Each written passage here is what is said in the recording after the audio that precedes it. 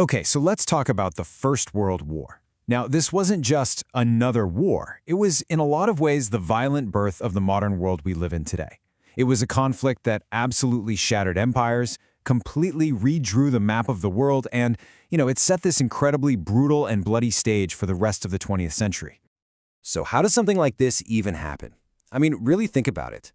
How did the death of just one man lead to the death of 20 million? It just seems impossible, right? Well, to get to the bottom of that, you have to understand that in 1914, Europe wasn't peaceful. Not at all. It was basically a bomb just waiting to go off. Yeah, I think the best way to picture Europe back then is as this giant powder keg. It was just packed to the brim with decades of tension. Simmering rivalries between nations, huge ambitions, and all of it was just waiting for a single spark. So what was all that pressure? Well, there's a really handy way to remember it, using the acronym MAIN. First up, M is for militarism. This was a full-blown, massive arms race. You had countries like Germany and Britain just building these enormous navies, these huge armies. Everybody had these super detailed war plans just sitting there ready to go. Then you've got A for alliances. Oh man, Europe was a tangled web of secret treaties that basically split the continent into two big teams, the Triple Entente and the Triple Alliance. The rule was simple. An attack on one is an attack on all. Next, I is for imperialism.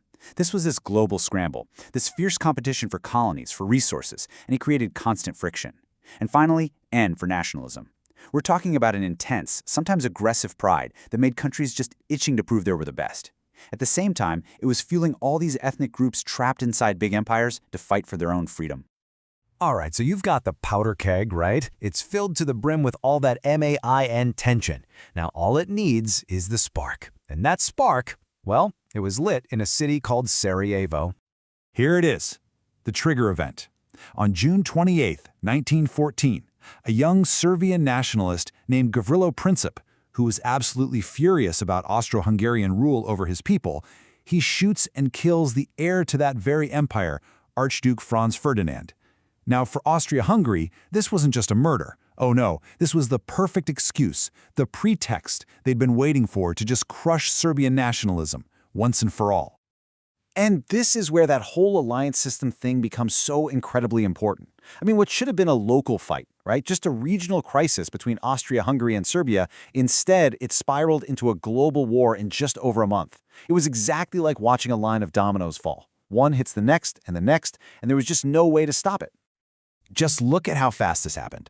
On July 23rd, Austria-Hungary, with Germany basically giving them a blank check, promising full support, sends this ridiculous list of demands to Serbia.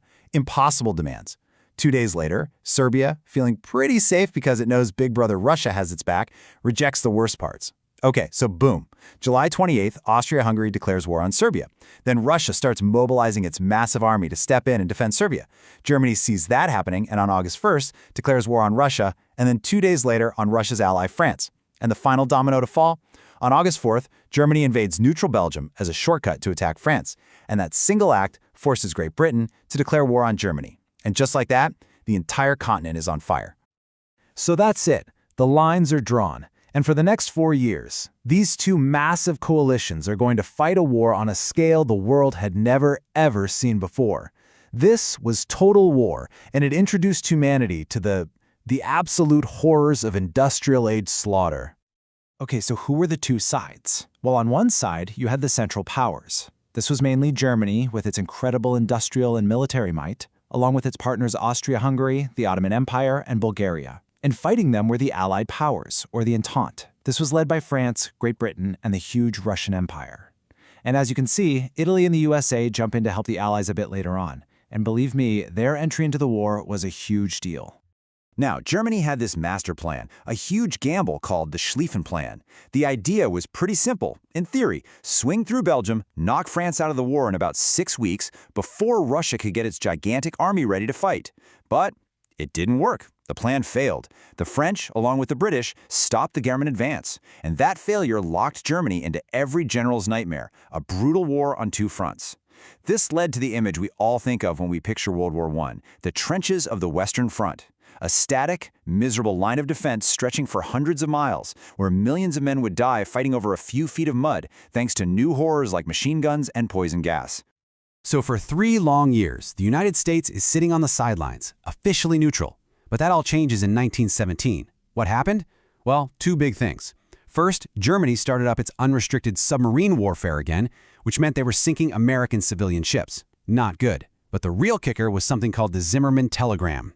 This was a secret message from Germany to Mexico, basically saying, hey, why don't you attack the US and we'll help you get back Texas, New Mexico, and Arizona. Yeah, that was the last straw. The US declared war, and the arrival of millions of fresh American soldiers, the Doughboys, completely tipped the scales in favor of the Allies. So, the fighting finally grinds to a halt on November 11th, 1918. The guns go silent. But this wasn't an ending that led to a lasting peace. Not even close. Instead, the way the war ended unleashed this whole new set of problems, creating a world that was incredibly unstable and just full of resentment. And the human cost, it's just staggering. It's almost impossible to really wrap your head around. We're talking about an estimated 20 million people killed, soldiers and civilians, gone. And on top of that, millions more were wounded, maimed for life, or just psychologically broken by what they'd seen. It was a level of carnage the world had literally never experienced before. And as the victorious Allies gathered to write the peace treaty, a French general named Ferdinand, he said something that was just chillingly prophetic. He looked at the terms of the Treaty of Versailles they came up with and said, "This is not peace. It is an armistice for 20 years. And you know what?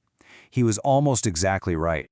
See, the Treaty of Versailles wasn't really designed to heal the world. It was designed to punish Germany. And look, you can kind of understand why, right? For a country like France, Germany had invaded them twice in the last 50 years. This was about making sure it could never happen again. So the treaty forced Germany to accept 100% of the blame for the war. It ordered them to pay absolutely crippling financial damages, what we call reparations. It stripped Germany of all its overseas colonies and chunks of its land in Europe, and it completely dismantled its military. But this didn't create a lasting peace. All it did was plant these seeds of incredible bitterness and resentment in Germany, seeds that, as we know, would be exploited just a few years down the road. And it wasn't just the treaty. The war's impact on the map of the world was, well, it was mind-blowing. It literally wiped 4 massive, centuries-old empires right off the map. Just gone. The Russian Empire, the German Empire, the Austro-Hungarian Empire, and the Ottoman Empire. All of them collapsed into dust. So that old world, the one of these huge, sprawling empires full of different ethnic groups, that was over. And in its place, a whole new map was drawn, a map of nation-states. Many of them were literally created from the rubble of those fallen empires. Suddenly, you have countries like Poland, Czechoslovakia, and Yugoslavia on the map. It completely changed the face of Europe and the Middle East, forever. And this all leads us to the great, tragic irony of the First World War. People at the time, they called it the war to end all wars. They genuinely hoped it would be. But the reality, the way it ended, with that flawed, bitter treaty, it just created a new, deeply unstable world. It laid the perfect groundwork for extremism to rise, and just 20 years later, it led to an even more destructive world war. There's no doubt about it. The Great War forged a new world from the ashes of the old one. But when you look back at its legacy, all the destruction, all the resentment, and all the conflicts that came after it, you really have to ask yourself, did it actually create a better one?